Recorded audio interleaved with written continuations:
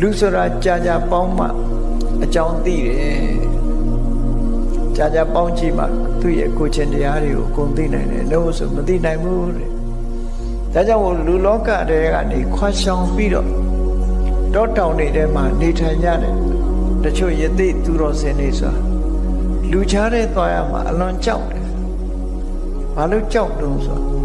လူဆိုတဲ့လူတွေဟာကောက်ကျစ်တယ်နော်မယိုးဖြောင်းကြဘူးကောက်ကျစ်တယ်အဲ့ဒါကြောင့်မလို့လူလောကထဲမှာလူတော်လူကောင်းဆိုတာရှားဖွေပြီးတော့ပေါင်းတဲ့ဆက်ဆံမှုတော်တော်ကိုခဲရင်တယ်လို့ဆိုပြီးဒီ50ဇတ်တွေထဲမှာ435ခုမြောက်ဟလိဋ္ဌိကာကဆိုတဲ့ဇာတ်ကလေးတစ်ခုမှတ်သားစရာအလွန်ကောင်းတယ်သားဖနှစ်ယောက်ဟာတောမှာနေကြတာယသိ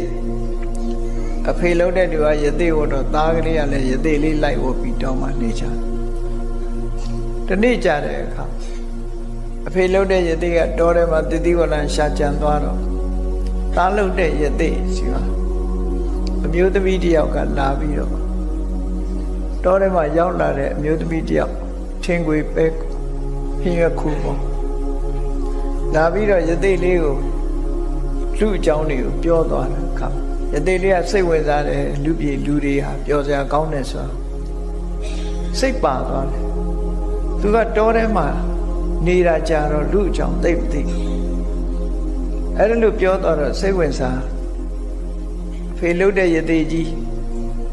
ကတော့ဒါတွေနောချေပြီးသားဖြစ်တယ်လူအကြောင်းကောင်းကောင်းသိအဲ့တော့သူကပြင်းပြီးတော့လူအတိုင်းဝိုင်းတွေကိုသွားချင်နေချင်သူ့ဖေလာတဲ့အခါကျတော့အဲ့အကြောင်းပြောတာသူဟာတောထဲမှာမပြောဘူးလူတွေရဲ့အတိုင်းဝိုင်းထဲမှာသွားနေမယ်ဆိုသူ့ဖေကိုသူကပြောတော့အရိညာခာမမာကမကိဉ္တိလံကိဉ္ဝတံအဟံပုရိတံတာတသေဝေယံတမေအခါဟိပုစိတော